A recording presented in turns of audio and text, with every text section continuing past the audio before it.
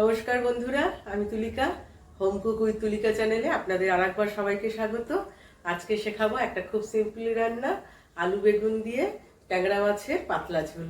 চলুন তাহলে রেসিপিটা বানিয়ে দেখাই। আর বন্ধুরা, চ্যানেলটি সাবস্ক্রাইব করতে ভুলবেন না, পাশের বেল আইকনটিকে প্রেস করে রাখবেন নোটিফিকেশন পাওয়ার জন্য। চলুন আজকে রেসিপিটা বানিয়ে দেখাই। না তো প্রথমে কড়াই বসিয়ে দিয়েছি, গ্যাস জ্বালিয়ে দিয়েছি, গরম হয়ে গেছে। সর্ষের তেল ইউজ করছি।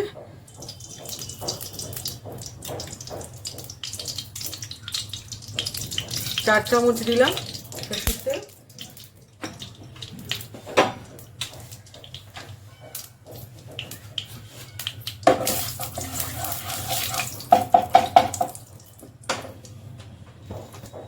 ট্যাংরা মাছটা এরকম ভাবে একটু নুন হলুদ দিয়ে একটু সর্ষের তেল দিয়ে মেখে নেব, তাহলে পরে আর ফুটবে না, নাহলে ট্যাংরা মাছটা একটু ফোটে।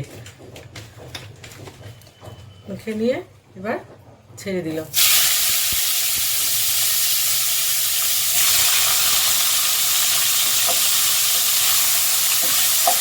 একটু হালকা ভেজে নেব, খুব কিন্তু কড়া করে ভাজবে না। বন্ধুরা সঙ্গে থাকুন, মাছটাকে ভেজে নিয়ে আবার ফিরে আসছি। হ্যাঁ, মাছটাকে এভাবে ভেজে তুলে নিয়েছি। তারপরে একটু কালো জিরে দিয়ে এভাবে লম্বা লম্বা করে বন্ধুরা বেগুনটা আর আলুটাকে কেটে নিয়েছিলাম। তো বেগুনটা আর আলুটা একটু ভেজে নিই, একটু ঢেকে ঢেকে ভেজে নেব। হ্যাঁ, আলু বেগুনটা ভাজা হয়ে গেছে। এইভাবে একটুখানি একটু ভালো করে ভেজে নিতে হবে, তাহলে খেতে ভালো হবে। ভেজে নিয়েছি, এবার এরই মধ্যে মশলাগুলো দিয়ে দেবো। আদা জিরেটাকে আমি বেটে নিয়েছি, বাটা মশলা ইউজ করছি। এখানে 1.5 চামচ আছে, আমি একটু পাতলা করে নিয়েছি জল দিয়ে। দিয়ে দিলাম আদা জিরে বেটে নিয়েছিলাম। এবার সব কাঁচা লঙ্কাগুলো দিয়ে দেবো। এই রান্নাটায় কিন্তু আমি শুকনো লঙ্কা বা শুকনো লঙ্কার গুঁড়ো কোনোটাই ইউজ করব না, একদম কাঁচা লঙ্কা দিয়ে বানাবো। তাতে কিন্তু গন্ধটা ভালো হবে, খুব ভালো খেতে হয় এটাতে। আর আগে একটু নুন দিয়েছিলাম, এখন 1 চামচ আর একটুই দিলাম, খুবই কম। হলুদটা দিয়ে দেবো, হলুদটাও 1 চামচ দিলাম। আর টমেটো দেব, কিন্তু টমেটোটা একটু পরে দেবো। এটা একটুখানি এখন মশলাটা একটুখানি ভাজা ভাজা হবে, তাতে আলু বেগুনটা একদম সেদ্ধও হয়ে যাবে। একটু ঢেকে মশলাটাকে কষিয়ে নেব, একটু ঢেকে দেবো। এবার গ্যাসের ফ্লেম লোতে রাখছি। হ্যাঁ, হয়ে গেছে। একদম বেশি নাড়বো না, নাড়লে বেগুনগুলো একদম হয়ে যাবে, ঘেটে যাবে। মশলা ভাজা হয়ে গেছে, তেল ছেড়ে দিয়েছে।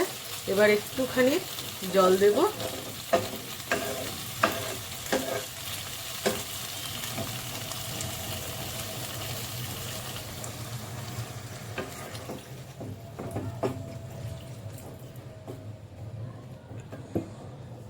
জল দিলাম। এবার আমি টমেটোটাকে দিয়ে দেবো। তার একটাই কারণ, একটু টমেটোগুলো গলবে, অথচ ফুটলেই গলে যাবে, টমেটো নরম জিনিস। কিন্তু বেশ একটু গোটা গোটা থাকলে সেটা অনেকে ভাতের সঙ্গে মেখে খেতে পছন্দ করেন। একটু টক টক লাগে, যদি হ্যাঁ কেউ এভাবে মানে খেয়ে দেখতে পারেন, ভালো লাগবে। আমার খুব ভালো লাগে, একটু টক লাগলে ভালো লাগে। দেখবেন ট্রাই করে এভাবে একটু করে দেবো। আমি একটাই টমেটো দিলাম, কেউ চাইলে আরও বেশি দিতে পারেন। হ্যাঁ, এবার ঝোলটা একটু ভালো করে ফুটে গেলে একটু ঢেকে দিই, একটু ভালো করে ফুটে গেলে তারপরে মাছটাকে ছেড়ে দেবো। ঢাকাটাকে খুলে দিলাম, ঝোলটা বেশ ভালো মতন ফুটে গেছে। এবার আমি মাছগুলোকে ছেড়ে দিলাম। এবার একটু ভালো করে ফুটিয়ে নেব।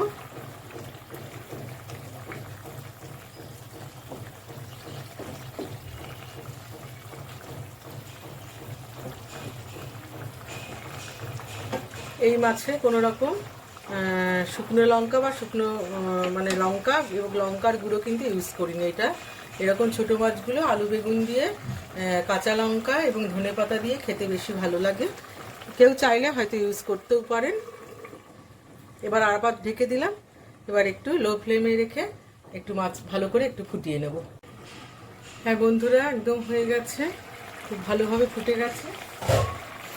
এবার লাস্টে একটু ধনেপাতা দিয়ে দিলাম। সবাই এভাবে একদম ট্রাই করুন। খুব সিম্পল কিন্তু খেতে খুব সুস্বাদু। শীতকালে এগুলো ভীষণ ভালো লাগে খেতে, এরা ধরনের আলু বেগুন দিয়ে মাছের ঝোল। আর দেখুন টমেটোগুলো গলেছে, অথচ মানে সেদ্ধ হয়ে গেছে, অথচ একদম গলে যায়নি। এরকমভাবে একবার ট্রাই করতে পারেন। এটা গরম ভাতের সঙ্গে মেখে খেলে একটু টকটক লাগে, খুব ভালো লাগে। তাহলে বন্ধুরা অতি অবশ্যই ট্রাই করবেন আলু বেগুন দিয়ে এভাবে ট্যাংরা মাছের ঝোল। আশা করি খুব ভালো লাগবে। আর একদম গরম ভাতের সঙ্গে পরিবেশন করবেন। বন্ধুরা এইভাবে আলু বেগুন দিয়ে ট্যাংরা মাছের পাতলা ঝোল বানিয়ে খান, ভীষণ টেস্টি। শীতকালে ভীষণ ভালো লাগে এটা খেতে। একদম গরম গরম ভাতের সঙ্গে পরিবেশন করবেন। আর বন্ধুরা চ্যানেলটি সাবস্ক্রাইব করতে ভুলবেন না। চ্যানেলে আরও অনেক ভিডিও রয়েছে রান্নার, সেগুলো দেখুন, লাইক শেয়ার কমেন্ট করুন এবং চ্যানেলটি কিন্তু অতি অবশ্যই সাবস্ক্রাইব করবেন। তাহলে বন্ধুরা এভাবে পাশে থাকুন এবং সকলে সুস্থ থাকুন, ভালো থাকুন। অসংখ্য ধন্যবাদ সবাইকে।